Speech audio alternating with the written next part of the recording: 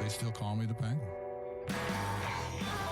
Okay, we have returned after the break to We'll See About That, and our special guest, Justin Dedeaux, will receive a beautiful fruit gift basket, courtesy of our friends at Melissa's Produce. Melissa's is a proud sponsor of We'll See About That. Be sure to use my VIP code RONSAY when checking out at melissas.com.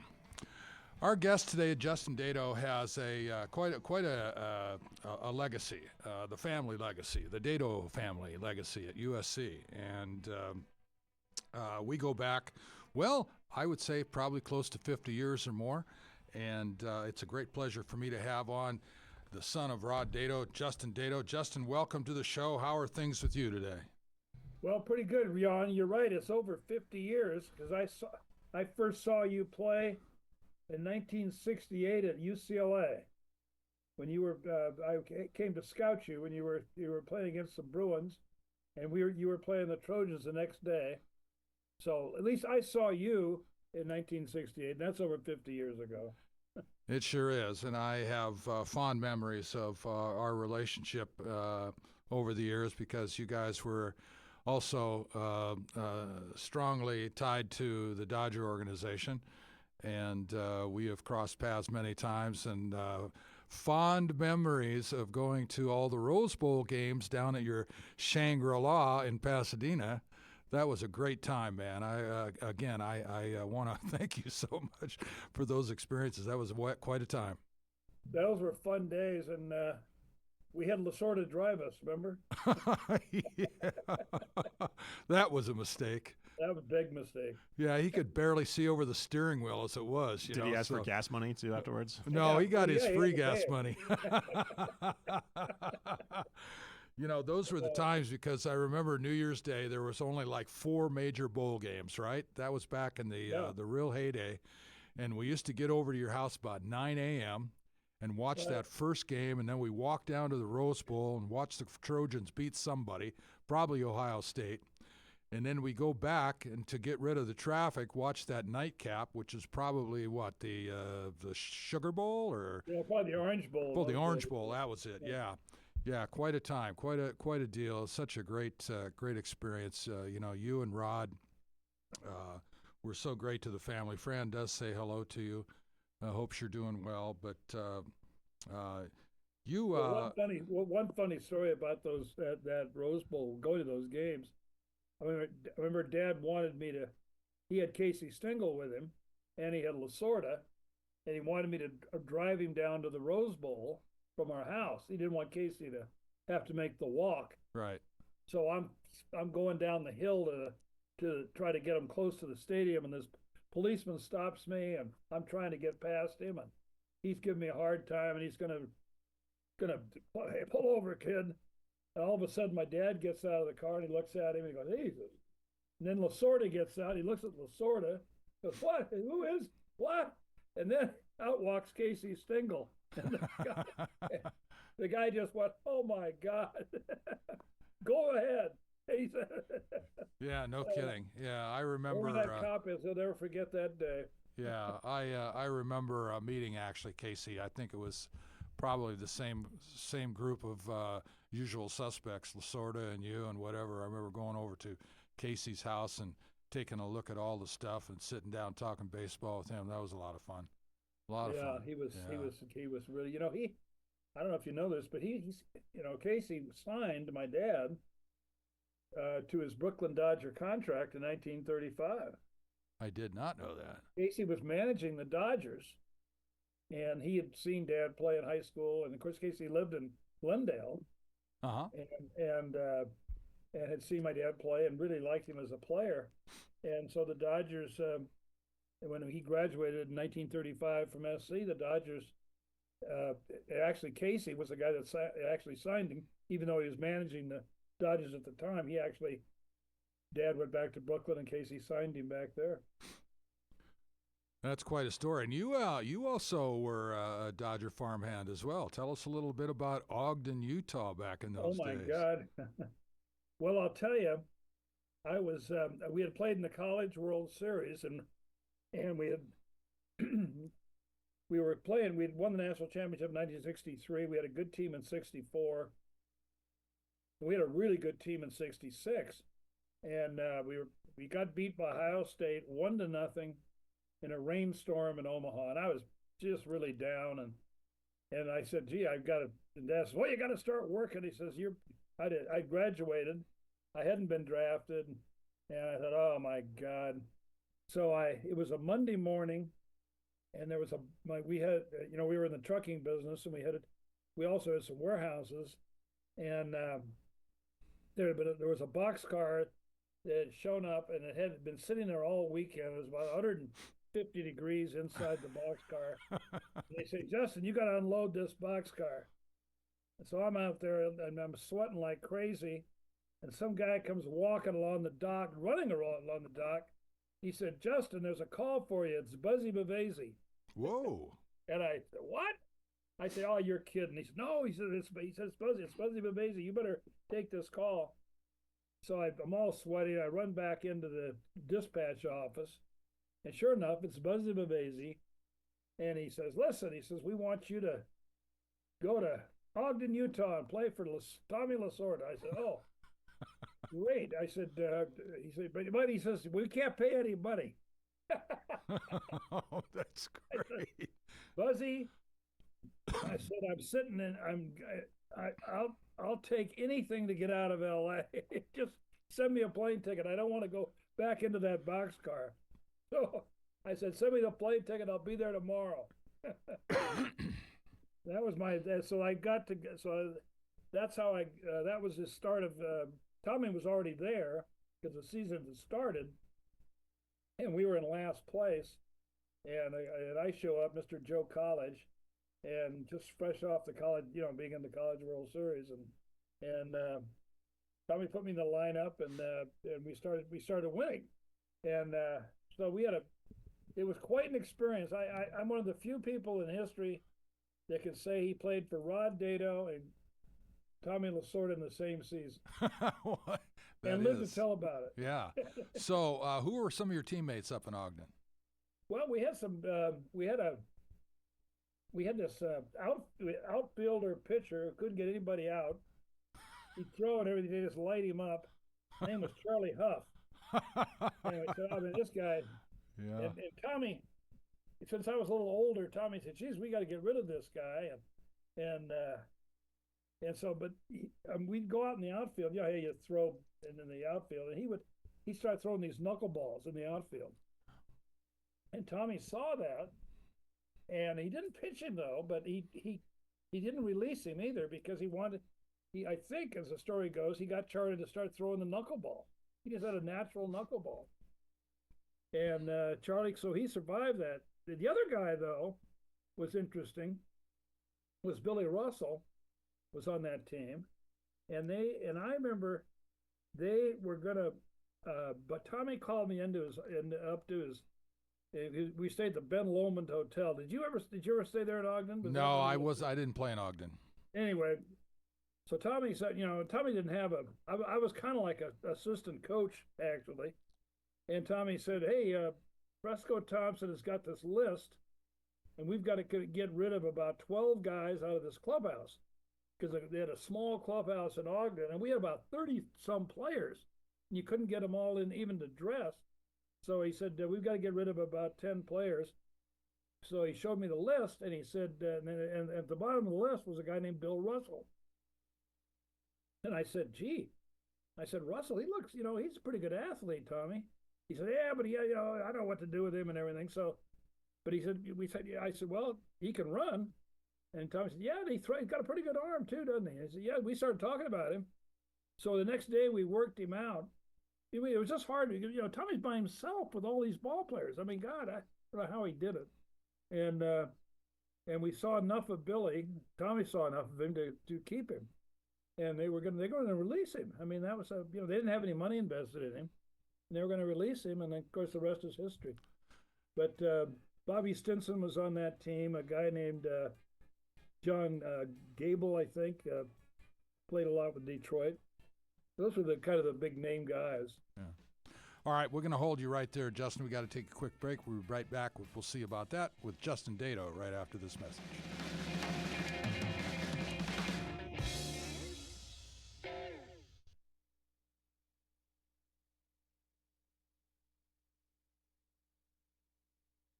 Here we go for number 2. This is going to be 12 minutes.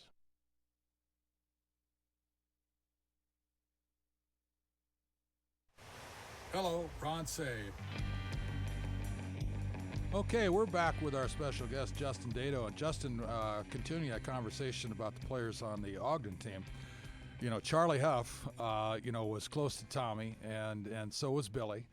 And Billy was probably a 17-year-old kid there. And I remember him and Bobby Valentine probably being the two fastest kids in our camp when they came to spring training.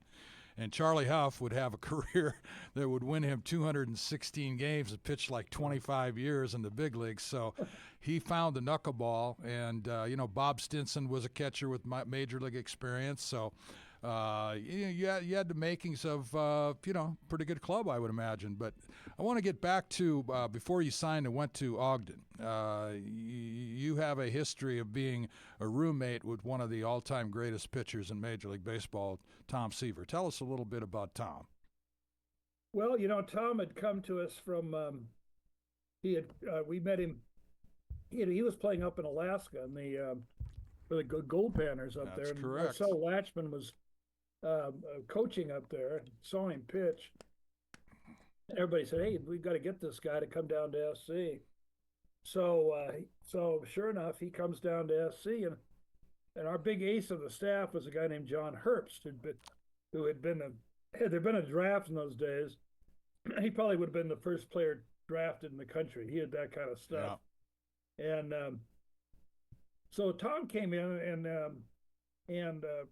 from junior, but he came in from Fresno Junior College, where he'd been, and he'd been in the Marines actually.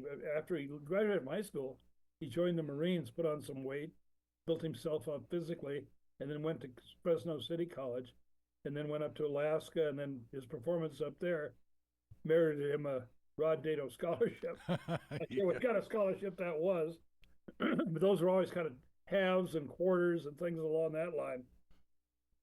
But Dad had a friend who knew Charlie Seaver, who was a great golfer. Tom's father was a Walker Cup golfer, and long story short, they got him in. He came into SC, and then we became roommates, and we had a lot of fun. And the story is that what kind of was he pitched for us in 1965, and then as you recall, in the summer of '65 was the first draft, where Rick Mundy was the first player taken in that draft in 1965. Well, then they had a winter draft, and nobody really knew what the rules were. It was very complicated, and we had started our 1966 season, and we were already playing. We were playing the pro teams. We were playing. There weren't Cal State Fullertons and Cal State Long Beach in those days, so we would play the major league ball players that were getting ready to go to spring training and so forth. And Seaver was just blowing everybody down. I mean, man, his fastball gained a foot. And we're going, oh man, what a team we're going to have with him throwing. We had John Herbst. We had a kid named John Stewart that we ended up All-American. Ray Lamb was on the team. Bill Lee was on that team. We had some great pitching. And so the Atlanta Braves draft Seaver, and there was a question whether he was eligible to sign or not. And so my dad told me, he said my dad was in the coach's office, and he says, I was rooming with Tom again. We had an apartment, and he said, go tell Tom I just talked to William Eckert, and since our season's already started and we're underway, he can't sign. So go tell him that. Well, I knew that Nancy Seaver was coming down to visit with him, and I figured they kind of wanted to be alone together, and get to know each other a little bit. And so I said, I went home to my mom was making chicken fricassee, which I really liked. I called Tom, and the phone was off the hook. And I called about 10 times. My dad came home, and I said, have you talked to Seaver? I said, well, no. I said I didn't want to go by and interrupt. Nancy's in town, and I said I've been calling him for the last every half hour. Sounds like the phone's off the hook. So he said, "Well, talk to him in the morning." And I said, "Fine." So first thing in the morning, I had a morning class. I go over to the apartment, and I see Tom and Nancy, and I go, "Hey, Jay, I tried to reach you last night. The phone was off the hook." And I said, "By the way, I was going to tell you, you can't sign with the Atlanta Braves." He said, "Well, I did last night. I signed with them last night." And I said, "Well, let's get that contract." So Johnny Moore was a scout. We went to called Johnny Moore and said, "Johnny, you got to rip up that contract." He said he can't sign. And Moore said, "I just mailed it to New York." Oh, There was a whole chain of circumstances happened, and the NC2A got involved with this whole thing. Dad had to report the deal and everything else. NC2A rules him ineligible on the basis, which is crazy, that he is a professional because he intended to be a professional. Well, hell, everybody in college intended to be a professional. But anyway, he didn't sign, and of course, then they took all the teams except Atlanta. All teams could match Atlanta's offer, including the Dodgers. And Lasorda had drafted Tom that summer. The summer of '65, he'd been drafted by the Dodgers and didn't sign. And so only three teams matched Atlanta's offer, not the Dodgers. And I'll tell you, every time Seaver saw Lasorda, he'd remind him. Yeah, no doubt. "Tommy, you didn't draft me. You didn't draft me. 300 wins, Tommy." Oh, God, poor Tommy. Yeah. And Tommy really, and to Tommy's credit, he had begged Campanis to get the money for him. Yeah. He really had, and but Seaver would not let up on him. Yeah. So well, I have no doubts that was true, and probably rightfully so. You know, I played up in Alaska. We played the Gold Panthers. We had a team that went up there and played them for a week, and on that club there, they had Bill Lee and Mike Adamson and Bob Boone and a bunch of other guys that Pat Harrison was playing, yeah. Bill Seinsoff, all all those guys. A lot of them are SC guys, Stanford guys, UCLA guys. But that was quite an experience, and I remember the first game that we played up there, I had a home run off Bill Lee, and we won the game. And Tom House comes over to me the next day, and he says, where are you going to school? And he says, have you got a scholarship? Are you already set? I said, yeah, I am set. And he says, if you weren't, I think I could possibly try to get you in at USC. And he says, yeah. He says, there might be something available for you. And I said, well, I've already signed, but thanks for thinking of me. And he says, where are you going to school? And I said, Washington State. And he said, oh, no, we got to play you guys at Washington State. But that club, it was called the Cheney Studs. We had 7 guys off that club and off of Washington State's club that played professionally, and 2 of them made it to the major leagues. But actually, no, that's not true. There was probably 3. But, yes, we had a really good club, and I know that was a great place for guys to go play in the summertime, to play every single day, play the midnight sun game. It was a lot of fun. I want to go back to the legacy at USC. The Trojans are the number 1 ranked team for all-time wins at the College World Series. They have won more national championships, and your dad won 11 of them, and I think USC has won 12. Right. And your program has turned out more than 100 major league players, and I think the last number that I saw, 52 first-team All-Americans. And I have a huge list here, but what an incredible – you won 5 in a row too, by the way. Yeah, and you were an assistant coach with that stuff. I mean, those are numbers that are just incredible. Rod must have been incredibly proud of that. I was proud of it. I was proud to be associated with both of you guys at different times. But what an incredible career and what an experience that must have been for you. It was unbelievable. It was kind of I see Mike Garrett occasionally. It was I played with Mike in our 1965 team, and Mike was, of course, all pro running back. And he said that was like Camelot SC during that period of time. You had John McKay coaching football, Bob Boyd coaching basketball, Vernon Wolf at track and field, and my dad in baseball. And all the sports fed off each other. They're just an amazing camaraderie among the coaches and the players, and everybody pulled for one another. But it was, if you look at like this last month or so, we were looking at the Kansas City Chiefs trying to do a three-peat. Right. And you think, and how rare that is in sports. I mean, to win 3 in a row, and to think that the USC baseball team did it 3 times, winning 5 in a row, you have to you three-peated 3 times to win 5 in a row. Yes.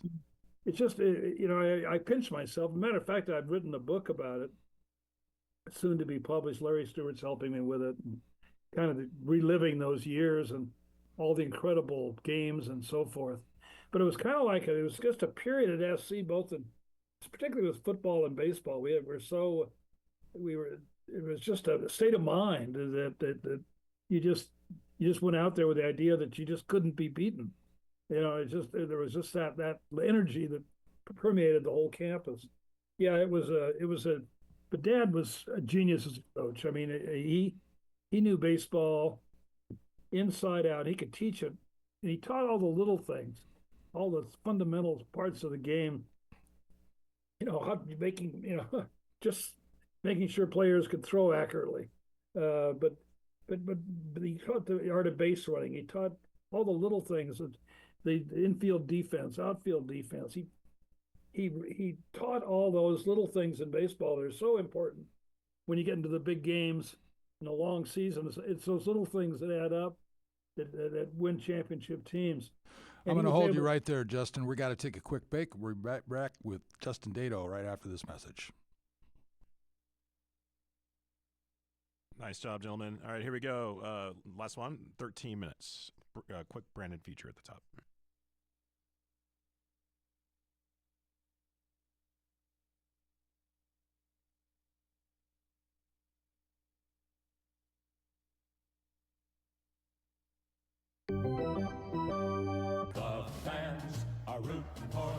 And we are back. We'll see about that with the legend and champion Ron Cey. I am Mike Gary. This week in Dodger history, presented by BFF Financial 2001, the dedication of 2 sculptures located 60 feet 6 inches apart, depicting Johnny Podres pitching to Roy Campanella during the 7th game of the 1955 World Series.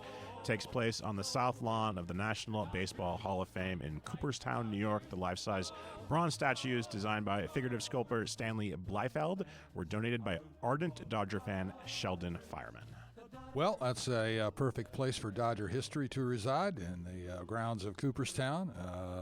Very proud of both those guys and knew them well. Justin, I wanted to get back to what you were talking about. You're talking about the fundamentals of baseball, which are becoming a little bit more obsolete in today's game, isn't it? I mean, you look at small ball and all the technical things that you go about playing a game, and now we are in at least as far as the major leagues is concerned, a strikeout home run kind of game, and there's not a whole lot of strategy that has to take place during that game. Boy, I totally agree. I just think they're missing so much of the game. The game's strictly become a power game and a power pitching game. And all the little things you don't see. You don't see the hit and run. You don't see pitch outs. You don't see you see players out of position to make the double play. Of course, that's the shift has helped. Going back, making the shift illegal has helped a little bit in that regard. But you don't see guys. If the guys do bunt, the defenses aren't set to have. You would always have bunt plays to throw out the advancing runners. That doesn't exist anymore. No, it sure doesn't, and it's kind of a shame because you see in the postseason where there's now a reminder that small ball does exist a little bit, and at the most important time of the year when you're trying to win a championship. And it seems to me that it'd be nice to play a little bit of that during the course of a 162 game schedule, because if you don't practice it all year long, it's going to be pretty difficult to execute that when it comes down to the nuts and bolts of it all. Yeah, I thought the Dodgers did a good last year. They began, they have a very highly intelligent group there, and they did play some small ball. I thought that, whereas the Yankees didn't at all, and the Dodgers I thought really outplayed them and defensively and moving runners along and doing a lot of the fundamental things. I saw a lot of that with the Dodger team, and they won the World Championship. Yeah, no question about it. The Yankees imploded in that one game when they were just on the verge of possibly coming back, and it all just blew up in front of their fans. And kind of appropriate, I guess, if you're a Dodger fan, to have it all come down at Yankee Stadium. Probably the only thing that would have been a little different to win it all at Dodger Stadium, but the result is the same. And what is your take on the club this year? They have basically. No, they have an incredible payroll. 2 years ago, they spent $1.4 billion, more than every other team in baseball spent through the entire offseason. They are again loaded this year. They have to get to the World Series. They kind of have to win. Is that the way you see it? Well, I think they've got as great a group of talent that I've seen in the last 20 years in Major League Baseball. If these guys are as good as advertised. I don't know about the young Japanese pitcher. I haven't seen him. But I do know one thing, that winning baseball is very important. When the Dodgers took off last year, was about the time that they moved Mookie Betts back to right field, where he belongs. Exactly. And you're an infielder, and the instincts of infielders takes years to develop. It's just something that it's going to take. And if any guy that's ever played baseball could make the switch, it could be Mookie Betts, because he's that incredible an athlete. But the instincts are something that takes years to develop. And I can tell you that I worry about the one thing about the Dodgers is I'd love to see Mookie Betts back in right field and have a great defensive guy like Rojas playing shortstop. I know he's older, but he can't go every day. But to me, that's the one thing that bothers me about this team. But other than that, it is wow. But yeah, as you know, in baseball, you're as good as your last at bat, and you got to go out in the field. You got to execute. You got to do all the little things. And if they can continue to do that, they could have a great season. Yeah, I think it's pretty much anticipated that if they don't get to the World Series, it's going to be a disappointing season. And you're right, with all the talent, all the money that they have spent on these guys, and I do agree with you on Mookie Betts. I think it was 2 years or more ago that they decided he might be playing second base. And then there was something that came out saying Mookie Betts is the best second baseman in baseball. And I had a hard time with that. And then they moved him over to shortstop, and they said, I said, so is Mookie Betts going to be the best shortstop in baseball now too? We know he's a gifted athlete, but I think you're right. I think his best position is in the outfield. I think that it does take time to coordinate that cohesiveness in the infield. And yes, it is a different game today, but it's still about execution. And the lineup today, the old standard lineups that we used to have, the prerequisites for each position in the lineup certainly has changed, hasn't it? Because you got guys that are your best hitters hitting the top of the lineup regardless of what they do. Yeah, you can see Kyle Schwarber hitting leadoff for the Phillies. Yeah. The guy hits 40 home runs and he's hitting leadoff. I just don't understand it, but. And he strikes out 200 times a year, too. Yeah. I tell you. But it's a different game, and it's still a great game, though. It's still few of the changes that I question a little bit. I'm really questioning this the pitch clock and and how that's related to all these arm injuries that have happened. I mean, I've never seen anything like this in the last. I mean, I don't know if you have either, but how many pitchers are injured? And I'm wondering if it isn't because of the pitch clock, where the pitcher doesn't give his arm a chance to, it takes a lot of strain when you're out there throwing a 95-mile-an-hour fastball, and you need time for that arm to kind of let the blood circulate again and everything else. But these kids are back up on the mound throwing again. Yeah. And there's got to be a relationship between the pitch clock and all these injuries that have happened. I'm convinced that there's something there that they got to take a look at. Well, I do like the clock from the standpoint of keeping the game moving. You always want to have your infielders on their toes so they don't have a chance to wander much. I do take into consideration that. We had a guy named Jim Colonel who was a former professional player on here last year. And he seems to think that through his studies, of which he's done years of studying, that mechanics is at the top of the list, and the torque that you have when you're throwing close to. It's all about, let's see how hard you can throw, but you better do it from a mechanical point where you're not, going to throw your arm out, and the pitch count. The limited innings, they're doing theirs as well as they can to protect these guys, and yet they still get hurt. Amazing, yeah.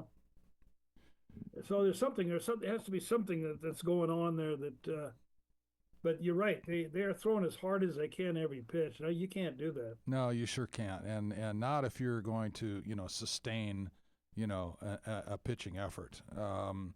It's like when you bring a guy out for an inning, I can understand him going, basically all out, 15 pitches.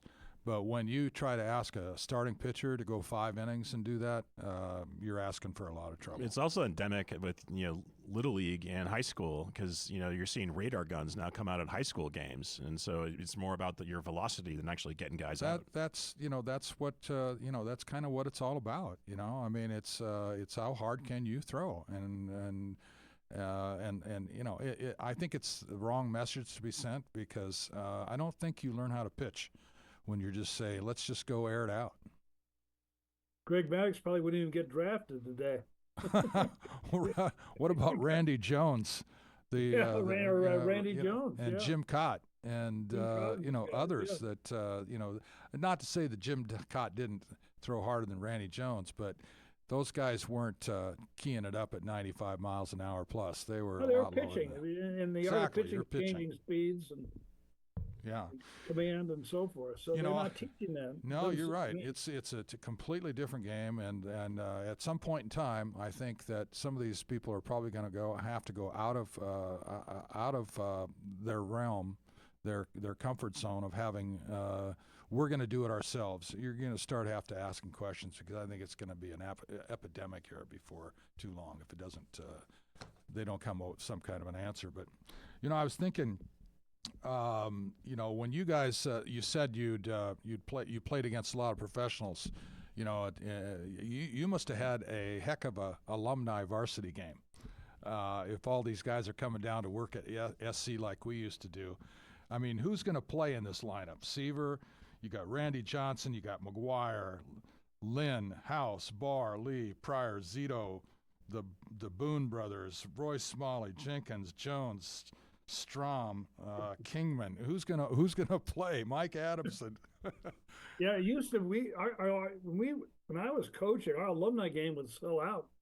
Yeah, everybody wanted to pitch. That's because that was before Randy and Mark came along. But you had Donnie Buford, you had Devon Fairley out there, you had Steve Kemp out there, you had Tommy House, and of course Seaver would come down and pitch. And I mean, we had Adamson and all those guys. My God, Jim Barr, Brent Strom, Steve Busby, pretty good group. Oh, you had an incredible alumni. You could have 3 first teams out of all those guys. The way that they played for you, amazing. Justin, we're winding down now. We're in our last minute before we have to close it off, and I just want to say thank you so much for joining us on the show today. It must have been an incredible experience for you. I'm sure it was. Your father was always very dear to me, and as are you, and our relationship over the years. And I hope we continue to be able to do that. Well, Penguin, you're my all-time favorite Dodger, so don't tell that to Russell, though. I'll keep it between us. Okay. All right. When can we expect the book, Justin? Well, probably by the end of the year. It's already written. We're just doing the editing on it right now, and it's going to be about the 5 consecutive national championship teams, but sprinkled in there is all the people that are involved to make that happen. And it's called The Miracle of the Jefferson Street Miracle, which truly, if you look in the annals of sports, to win 5 consecutive championships in anything is beyond belief. Yes, sir. That's kudos. Kudos to the Dedeaux family and USC. Justin, thanks so much for joining us. Great luck with the book. See you soon. All right, there you have it. Justin Dedeaux. We'll be right back. We'll see about that right after this.